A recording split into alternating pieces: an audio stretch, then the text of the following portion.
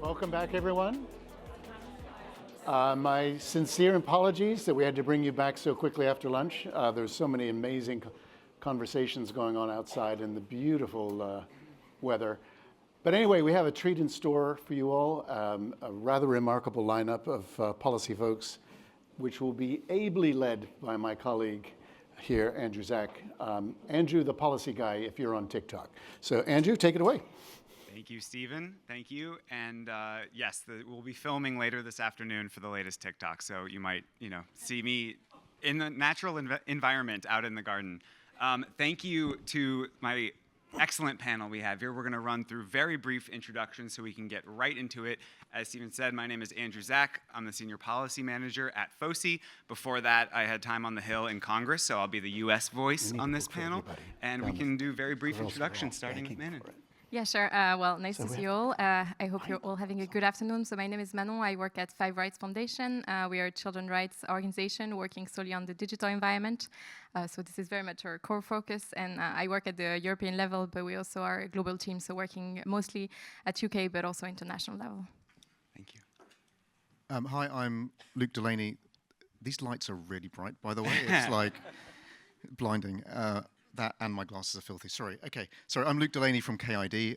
KID provides technology to online services, many video games companies, AI companies, social networks. And the intent of our technology is that any user anywhere in the world can have an age-appropriate and legally compliant experience. As we know, there is quite a lot of fragmentation around the different laws around the world. So we try and help companies localize. The ultimate outcome, of course, is that children are better protected. I've spent over 20 years working in policy, in tech. I was in Brussels for a number of years. I was at Google. I was at Facebook when it was still called Facebook. And before trust and safety was even an acronym, TNS. And the ways of protecting kids online was actually the Television Without Frontiers directive. Right, that's where these things really started 25 years ago. Anyway, I'm William Perrin. Like Luc, I go back to TV Without Frontiers directive. I've been doing media policy in Europe for about 30 years now. 15 years in the British government, where I work for a number of 3 different governments, I think. I was advisor to Tony Blair on technology policy for some time. During that work, I helped create Ofcom in the UK, the combined regulator, 25 years ago. And then as a trustee at Carnegie UK with the brilliant Professor Lorna Woods and Maeve Walsh, we devised the statutory duty of care model for online safety regulation. And our work now at the Online Safety Act Network, we ensure that that is implemented and that all the vast number of civil society stakeholders we work with in the UK and around the world are networked and coordinated to do their best job to hold public services and companies to account. Hi everyone, good afternoon. I'm Andrea Tognoni. I work at the European Commission in DG Connect, particularly in the unit that is responsible for the implementation and enforcement of the Digital Services Act, or DSA, as most people know it, and particularly in the team that is looking at the protection of minors issues across both enforcement and implementation. So we are responsible for making that law work in practice. And also, of course, we are liaising with a number of colleagues in other parts of DigiConnect on AI Act, other regulations, the Better Internet for Kids strategy, as well as other EU policies from other departments, for example, GDPR and others, that all look at protecting minors online. So I'm sure we'll touch upon all of this further in the panel. It's very nice to be here. Thank you for the invitation. Excellent, thank you. And we're after lunch, we can be a little looser. So, just starting with the title of our panel, does Europe have the answers to online safety regulation? Any order, anyone can jump in. Easy question. I can get started. We're going to continue this order.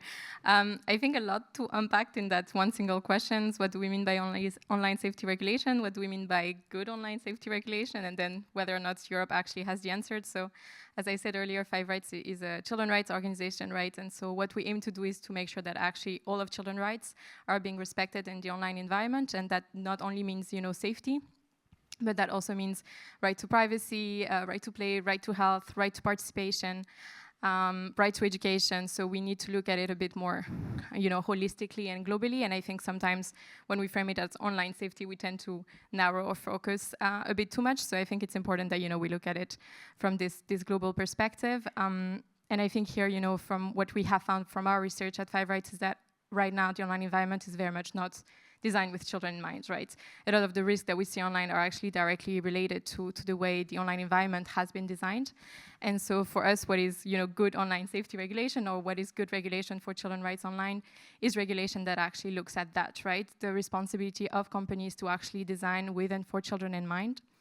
And I think in that sense, if you look at what Europe has been going forward, I mean, there's a lot of regulation, right? We were just mentioning that we have kind of a flurry of alphabet being the GDPR, the AVMSD, the AIAC, the DSA. We can also look into consumer law with the UCPD, et cetera, et cetera. So there is quite a lot of tools right now, I think, that we can use to make sure that we have a safer environment for children and an empowering environment for children.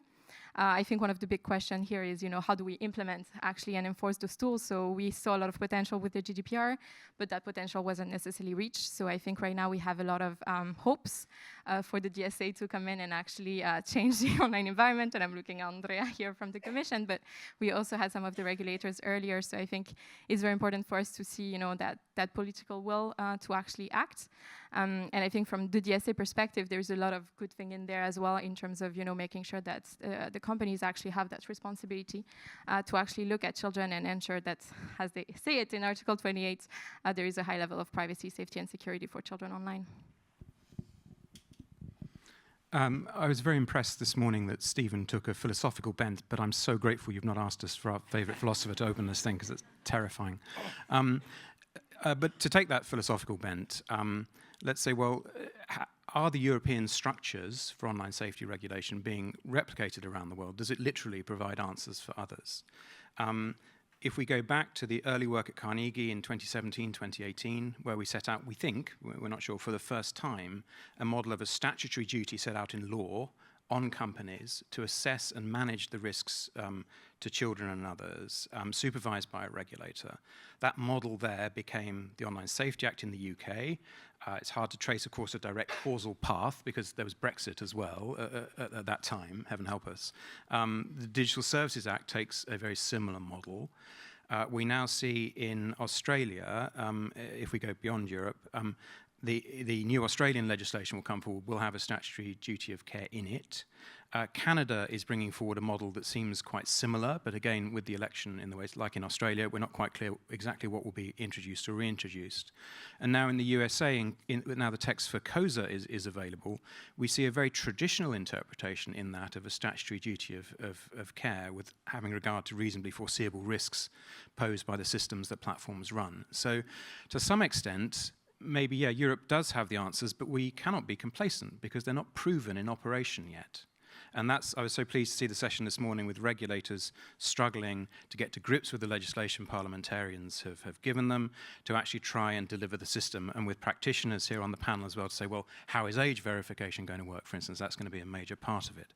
So that is good, but there's one area which we have to caveat a little bit as former colonial powers, and in the case of a British speaker, a former colonial power of America, of course. I don't want to rub any of that in, but I think it's literally true. You sent us a message involving tea some time ago, which suggested it wasn't altogether welcome. But it may well not be that the European approach is right, actually, for every country, because it reeks of colonial era overtones. And so I was extremely pleased to see UNESCO, as a fully non-colonial power, set out a set of guidance that takes some of these themes, but is done in a very different way that I think will be more palatable in Latin America and in Africa than taking a naturally European answer, which just may not be culturally correct. Thank you. No, so many threads to pull there. We will come back a little bit to the global aspect, but sticking with Europe for a minute while we are here. Andrea, if you could either speak to that or speak a little bit more to your work with the DSA and the current implementation process. Yeah, I think, one can read the question in many ways. We certainly will not have all the answers for everyone all the time. But as a regulator for Europe, for the European Union, we certainly believe that we do have at least many of the answers that are required. Just to give a very quick overview, we, I mean, the main, say, policy framework in terms of child safety online is the Better Internet for Kids strategy, which provides both an avenue for child participation and, in a way, raising awareness with parents and children as well about the importance of EU legislation in this space. It supports a network of safer internet centers in all the member states, which are both tasked to raise awareness as well as function as helplines, so also helping, of course, people and children on the ground, but also feeding into the regulatory process. And then we have also the laws and the regulation, the main one being the DSA with you know, its Article 28 that was mentioned, but also several others that focus on the protection of minors in particular. We could mention more. I think some acronyms were already mentioned, certainly the GDPR, the AI Act. They all focus on, let's say, the specific attention that one needs to give to children in the online environment. This is also a political priority, as we can see in the political guidelines of President von der Leyen, as well as in the actions of the European Commission. And indeed, there are other also upcoming, in a way, deliverables in this space that will help also, you know, deliver actual change. I would mention the first being the EU white label app on age verification, which is set to be presented in the summer 2025, which will be an open source white label app for member states to localize and then require for platforms to adopt. We are working on a cyberbullying action plan because this has been an issue that for years has ranked the highest or very high in all the safer internet centers activities across Europe. And of course, there is also the research and understanding part. So we're working also on the scoping of an EU-wide inquiry on the impact of social media on health, both mental and physical health, which we're working on the scoping for now, but it's certainly there. And all of these actions are very high on the agenda of the European Commission. So protecting children online through all ways and avenues possible is certainly a priority for the Commission. And I mean, the main instrument that we work with is the DSA, but we will touch more on it, I think. Thank you. Yeah, well, speaking of like sticking with the DSA, I was curious if others wanted to weigh in. I know it's a huge, there's so many aspects we'll get, I think, into children's rights in just a moment, but sticking a little bit more with this summer's implementation process, if there were any other thoughts on DSA, what's going well versus maybe where are some areas for improvement? I guess I have to play devil's advocate here a little bit, right? So I think, look, it's not quite answering your question directly. Having worked in policy for 20 years, that's what we do.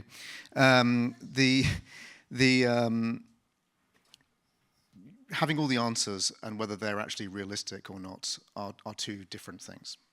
And my company is only about a year and a half old. And I'd spent the last 10 years advising some of the world's biggest technology and video games companies and platforms around the world, working on policy issues in the States, across Europe, Australia. And I came back to report to a board or to a C-suite or to a trade body, and the answer was great. Okay, we kind of understand what likely to be accessed by a child means. We kind of understand what duty of care means. How do we code this? What do we actually tell developers to do?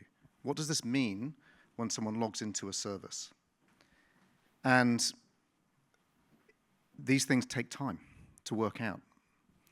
And for once, having worked in tech for 20 odd years, the regulation is actually ahead of the reality.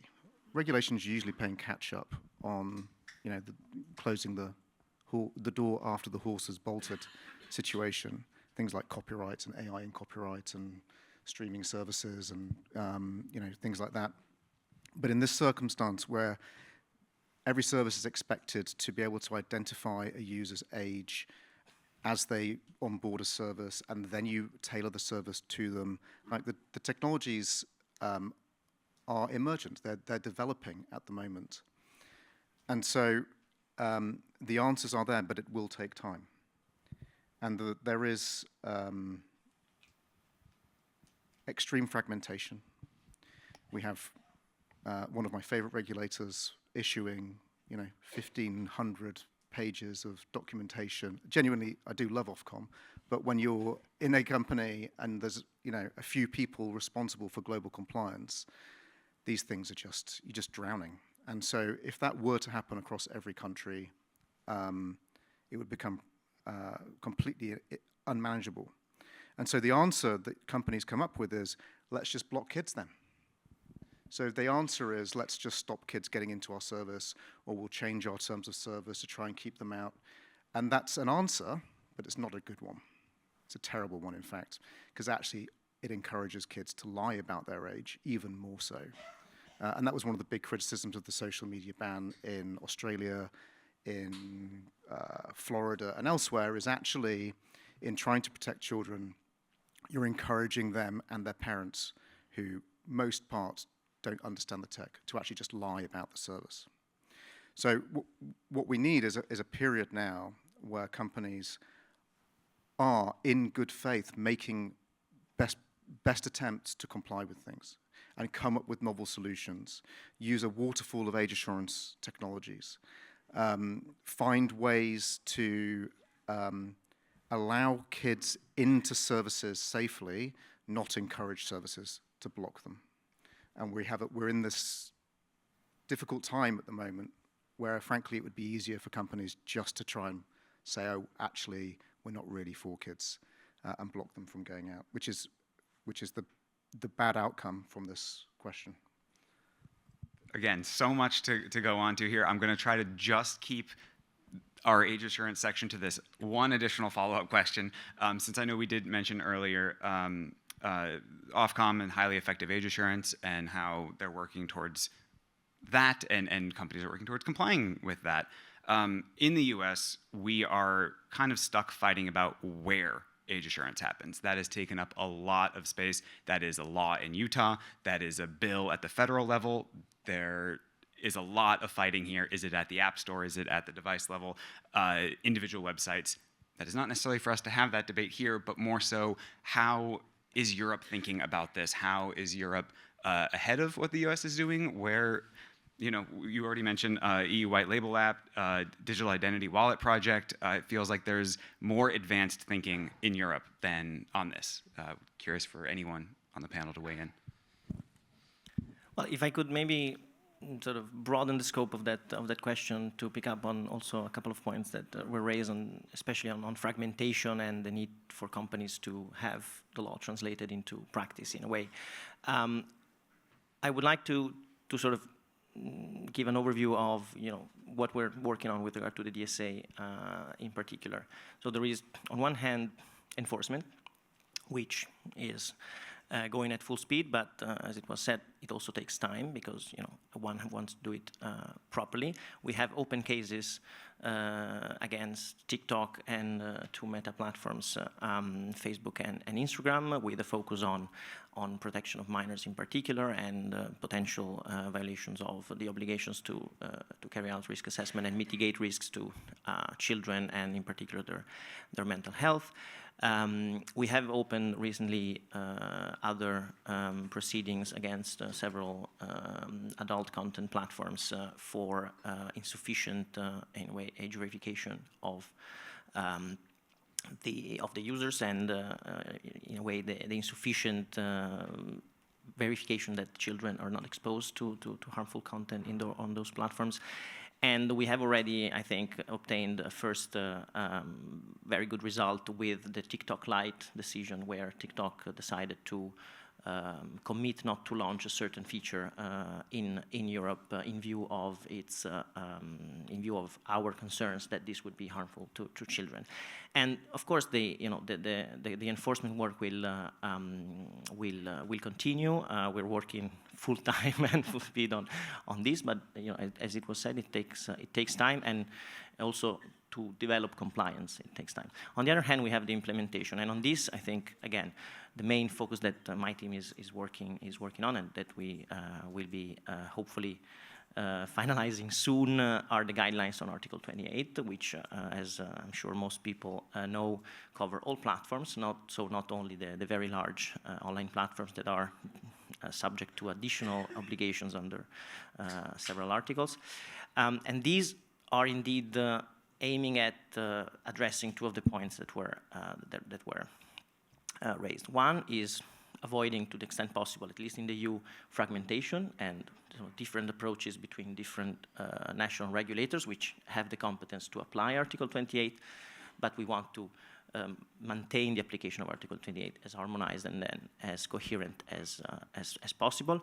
But of course also the main objective is to provide guidance and help support companies, which in this case will not be necessarily very, very big entities, to comply with this general requirement of providing a very high level of safety, privacy and security to minors on their platforms. So, in a way, setting out the expectation of the Commission as to what needs to be done to comply with that provision, interpreting certain terms in that provision. So, what does it mean to be accessible?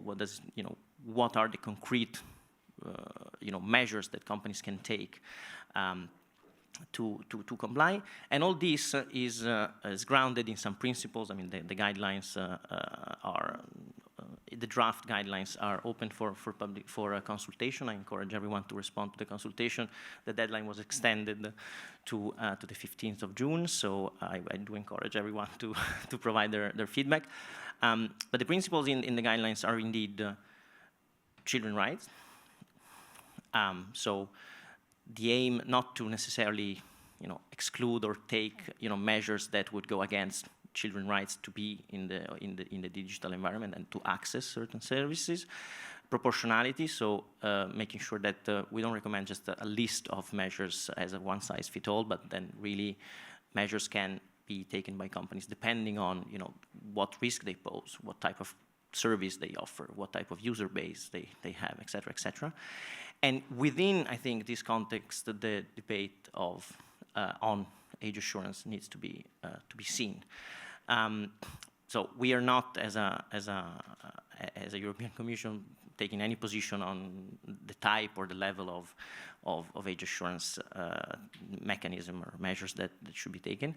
The DSA covers platforms in terms of its scope, but I think that the approach that we're trying to present there relies on essentially a certain set of requirements that both age assurance, so age estimation, but also more precise and age verification techniques must comply with and respect.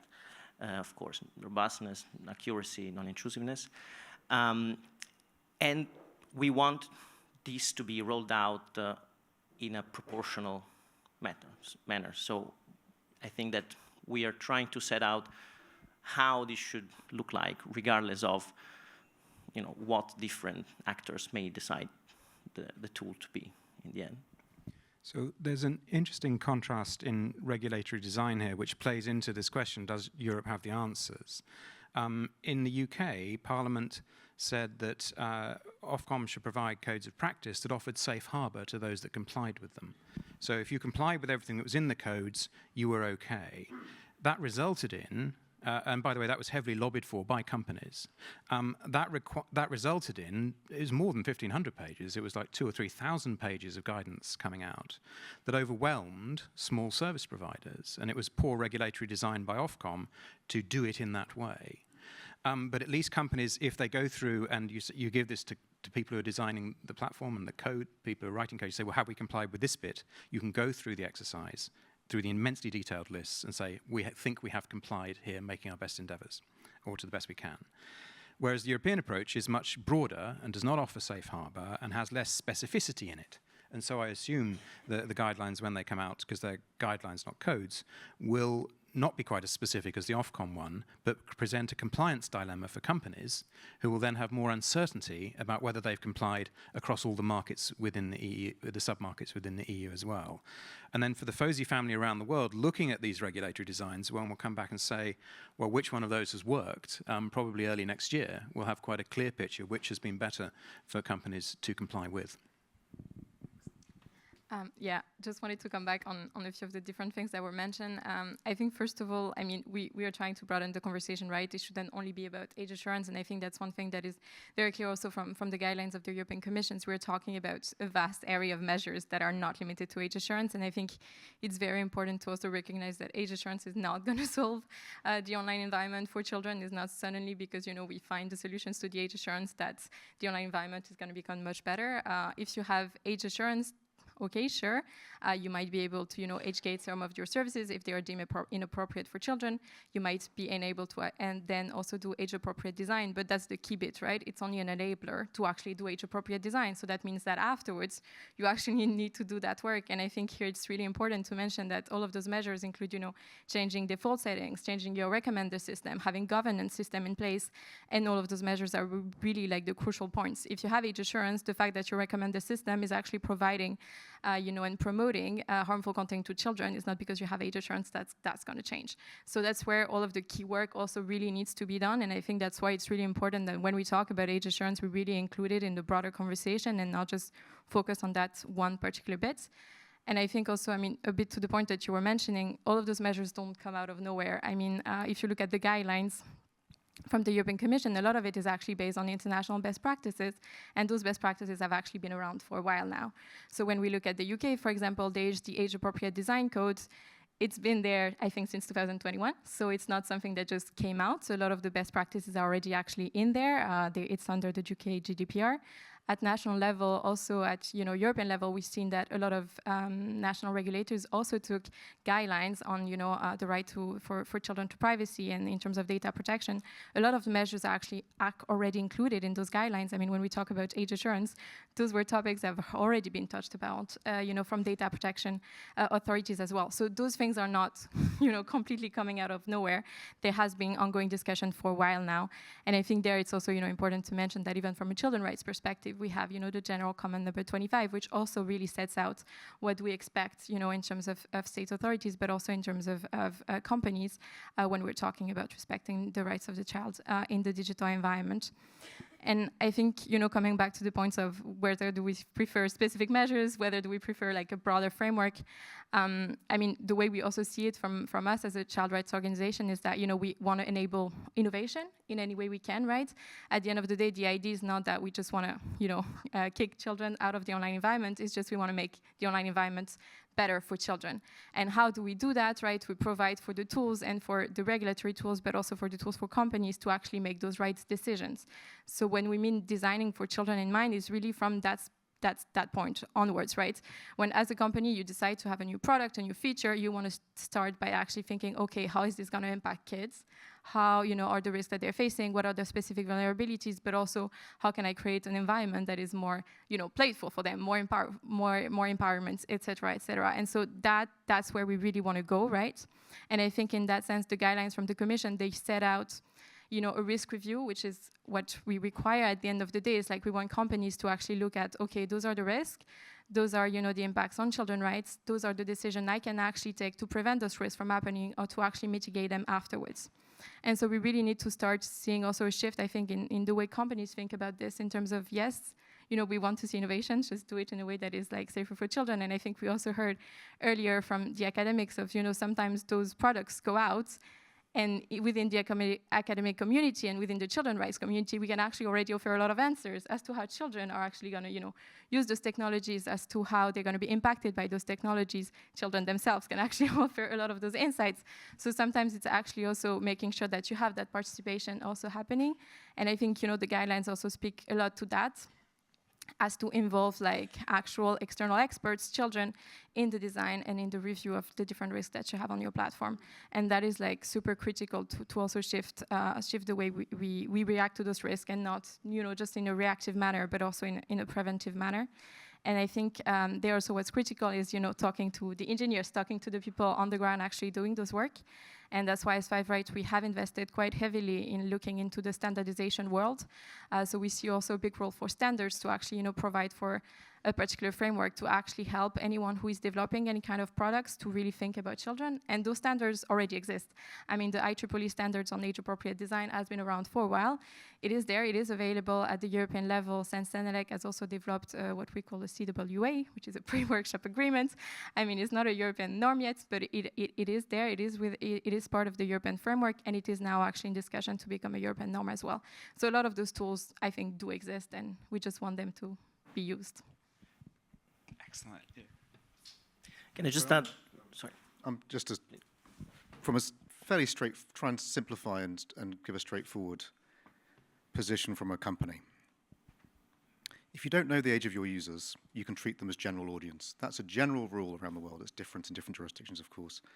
And the moment you know the age of your user, you have to treat them differently. You have to start protecting their data better, or you sandbox younger users, or you turn certain features on or off. And so there are a tremendous amount of obligations, privacy, consumer protection, online safety regulation, that impact you once you know the age of your user. Why do we think that the big American platforms have been trying to obfuscate the question, not what is a good way of getting age assurance, but who should be doing it, where should it be done? It's a delaying tactic. It's a very, very clear delaying tactic. So this is where Europe does have some answers, whether it's the EU or whether it's the UK, and the work that Mike Murray here from the ICOs does is, actually, it kind of doesn't matter who does it, where it happens, as long as you get an age signal that meets specific thresholds, that is, what's the word, a certain level of fidelity or security. You have a certain high level of assurance that is proportionate to the service. So what we help companies know what to do once you have that age. And so it takes time to implement. It requires a strategy from a company to take a risk strategy, to do it market by market. But there is a technology to help them implement that once they have the age signal. We can't wait for a European digital wallet that only does adults. Like, we have to be progressive in recognizing that facial age estimation is a really good technology. It is not perfect. Don't let the perfect get in the way of the good. So we have to be realistic about there will be solutions in the meantime that may be a shared age signal across platforms, or it may be companies doing it individually. But the idea of waiting for the debate to happen about who does it, where, when, and why is actually just putting more people at risk for longer. I just wanted to pick up on the previous point on complexity to say basically two very quick things, or maybe one main thing, that as a regulator, we do indeed try to communicate with everyone in the ecosystem. So we're not sort of sitting there in Brussels in isolation. We do speak with industry, with children, with all stakeholders, with other regulators with whom we have fantastic, good ongoing relationship. We have, under the DSA, the Digital Services Board, where we have constant relation with all the regulators at national level. We have a specific working group within the Digital Services Board on the protection of minors, so to make sure that the priority on this issue is well catered. So there is a lot of relationship, building to make sure that we get the approach of our work right with all other sort of peers and stakeholders. And the second point that I wanted just to add is that the DSA is technically speaking a market harmonization regulation. So it really aims at ensuring that the EU market or single market for digital services works. In this particular instance, also works for children and protecting children. So again, the point on complexity and fragmentation, I think, is very much in the thinking around the DSA and in the thinking about how to apply and to enforce the DSA. The objective is not to create barriers or fragmentation or different approaches, but it's really to make sure that the market works respecting, protecting minors online as well. Yeah, thank you. And I know we will come to some audience Q&A in just a couple minutes, but a quick follow-up about how we talked about the window for guidance for submissions is pushed to the 15th, so 4 more days. Is there an age limit on that? Like, could we have teens in Europe submit comments? I think so, yeah. Okay. I think everybody can contribute. Not to add more homework. You can go on the website of DigiConnect. It's I don't have the link Excellent. at hand in my head, but yeah, it's open to everyone. Absolutely. Fantastic. How about coming from the U.S. as well? When thinking about online safety regulation, online safety legislation in Europe, we think obviously DSA, which is why we've tried to spend a lot of time focused on it, and also about what has been called the regulatory cousin of the DSA, the UK's Online Safety Act. We heard from Ofcom this morning, who's been tasked with producing key guidance. How is that going so far? I know you spoke a little bit to it, William. Curious if you wanted to elaborate. Ofcom's done a very good job if you measure it in terms of volumetric output. They've worked extremely hard to produce a very large quantity of very detailed and generally highly competent guidance. That was what companies asked for. So larger companies shouldn't perhaps complain about that. We now have guidance in place for what's so-called illegal content, which is not something you quite have in the USA, but I'm not going to go into all of that here. And we now have guidance in place for children, which comes into effect towards the end of July. And we have coming up very soon regulation for age gating on play-out pornography services that make, or at least own to some extent and produce their own pornographic content. And the guidance for that is coming into force within the next month or so. And then we will start to see, Ofcom has announced, I think, a dozen or so enforcement investigations in recent weeks for people who are starting not to comply with these processes, and that's very, very welcome. I think my organization, we do have some critiques of Ofcom's approach, and I think there's a very healthy tension. Civil society, very under-resourced, are taking on the world's biggest companies with hundreds of billions, well, maybe a couple of $100 billion cash at bank that they don't know what to do with. A whole array of small civil society organizations are pushing back against a very strong lobby from those companies at the moment to Ofcom and to the government. We feel the guidance has been very strong in many parts, but in some areas it could focus rather harder on how services are designed, which is the fundamental question, is how have you designed your service? Have you designed your service to be safe?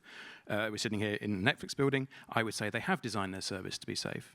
But many other services have been designed not to be safe, I'm afraid. And every single pixel you see on screen when using a service is there because of an action of the company. The company has either allowed it because it profits their shareholders, or it's chosen not to put the resources in to stop it happening because that reduces the returns to their shareholders. And so the regulator has to push back very, very hard against these massive global corporations. But it's legitimate, I think, for civil society to make a critique, particularly representing victims, representing children, and we do that robustly in the UK, where my colleague's network speaks for about 60 different civil society organizations in the UK alone. And I certainly don't envy the task of any regulator in dealing with the civil society lobby. It's very ardent, it's very effective, it commands the media and commands political attention. I think it's a great example, actually, of democracy in action, the way these things are being fought through. But the UK is a little ahead, but it's a race where people keep, the EU is ahead and then the UK is behind and the UK is ahead again. Maybe it's a little ahead in bringing some of this regulation into effect, but the enforcement processes will take time because legal due process has to be followed, and we will see how that rolls out over the next 6 to 9 months. Well, thank you. I feel like we've had a couple examples on this panel of having respectful disagreement, both on the panel but with other speakers throughout the day, and this is what we try to do and bring these voices together. I also wanted to highlight a couple other points about, Manon, you were talking about sort of the holistic approach to online safety. I know some of the regulators mentioned that this morning. I think that's exactly right. There's not just, one checkbox compliance. There's not just one silver bullet, age assurance solves everything. This is holistic, literally 5 rights for children. And also a good point about the regulators and the iterative process. We have talked, Michael Murray from the ICO is speaking next. We have talked a lot about the ICO being a good example of working with companies in good faith who are trying to come into compliance and not having as much of a US sue first, work together second mentality. Would love to see if there are some questions in the audience. I could keep going, but want to open it up. If there are any, there's a mic around.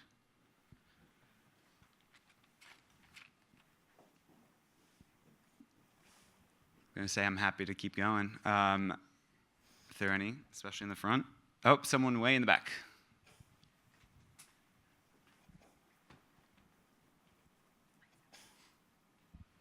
Yeah, thank you very much. Robert Hoving from Off Limits, the Dutch Safer Internet Center under the Better Internet for Kids strategy, and In Hope, the network of hotlines. Now, just curious what your opinion is on, in terms of protecting minors. For instance, in Germany, adult websites have been turned black. In France, they're censoring themselves. The European Commission is investigating them. So you see there's now a stance. They don't have age verification. It's a danger to minors. We see that as well as Stop It Now, because it can desensitize minors that they start looking for CSAM. What do you think of such a step? Because there, of course, are also platforms where grooming can take place, social media platforms, you have adult content. So it seems like we're always incrementally looking for a solution, but now you see some steps, you know what? No age verification, we're just going to turn you on black to protect children. I'm just curious what your idea is on that here in Europe. I mean, I'm going to defer to the experts, but very first thought is how we're allegedly starting with what's supposed to be easy, starting with the illegal content and access to it. That gets, with the American perspective, that gets very tricky with the First Amendment that has been blocking a lot of online safety ideas, and we're waiting any minute for the Supreme Court to review mandatory state age verification laws for adult websites. So that's an open question that hopefully the Supreme Court will weigh in the US in the next couple of days, but again, to the European aspect. It's helpful to take a historical perspective. Regulation of media in Europe is nothing new. It's been going on for almost over 100 years. The European Convention on Human Rights itself has written into it opt-outs, I think, for cinema and for broadcasting, because they were regarded as extremely powerful cultural communications forces at the time the convention was drawn up in the 50s and the 60s. So media regulation in Europe is not a new thing. It's a very long and well-established thing. It's very different to the American settlement. Even doing away with the fairness doctrine in 1988, under the late Reagan administration, was extraordinary to European eyes. So there is that historical context is important, but also that civil regulation, which is what this process is, generally, when it's deployed, is a more graduated mechanism than rather harsh criminal regulation. And the trick is to use civil regulation sensitively and appropriately and adjust it as you go along, so the right balance is struck in the civil procedures set out by the regulator before you get to the harsh criminal penalties, which very severely can censure speech in some cases in Europe. So I would always urge that historical perspective. Media regulation in Europe is not a new thing.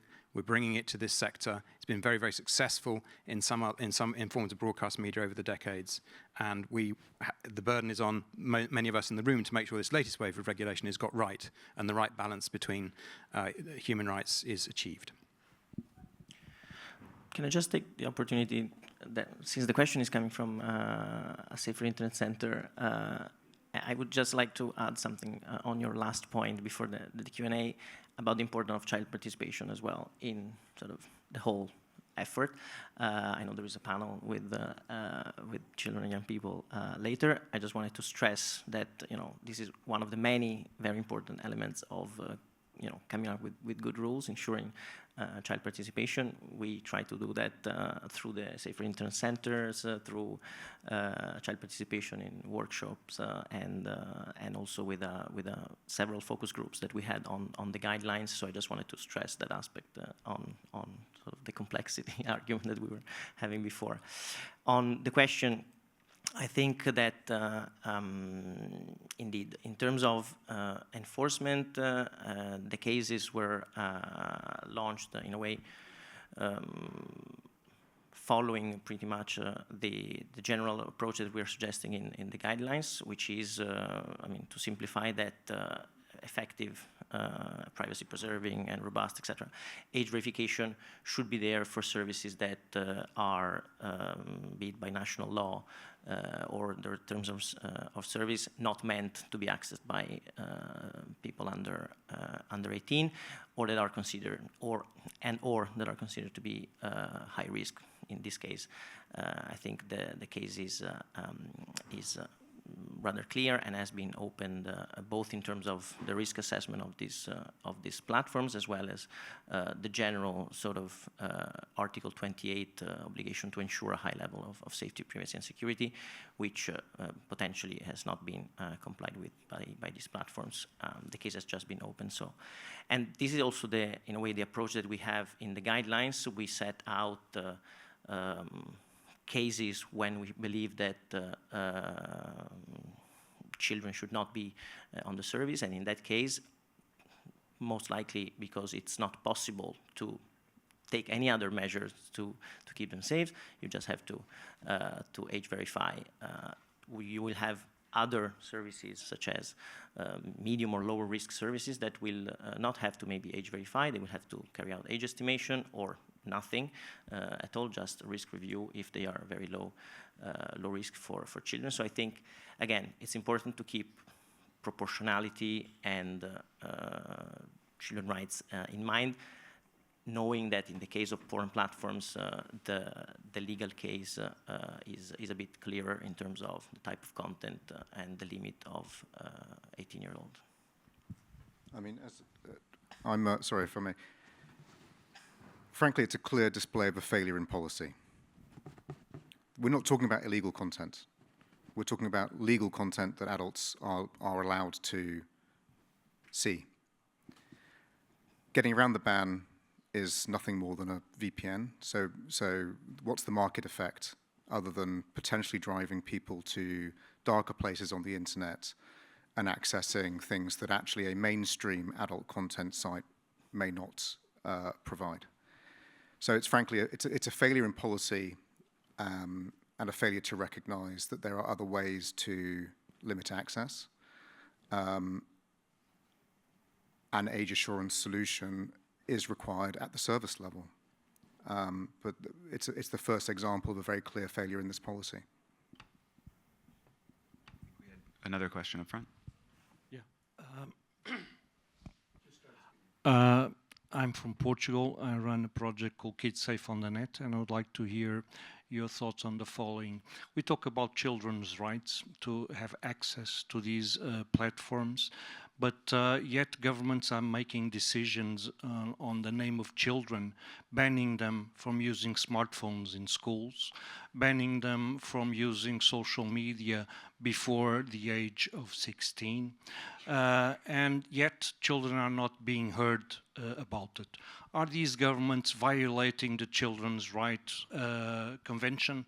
Should they be responsible and called upon on those violations? That's one of the questions. The other is consumer organizations across Europe have asked European regulators to regulate loot boxes because they have gambling components on it, and gambling is only allowed above the age of 18.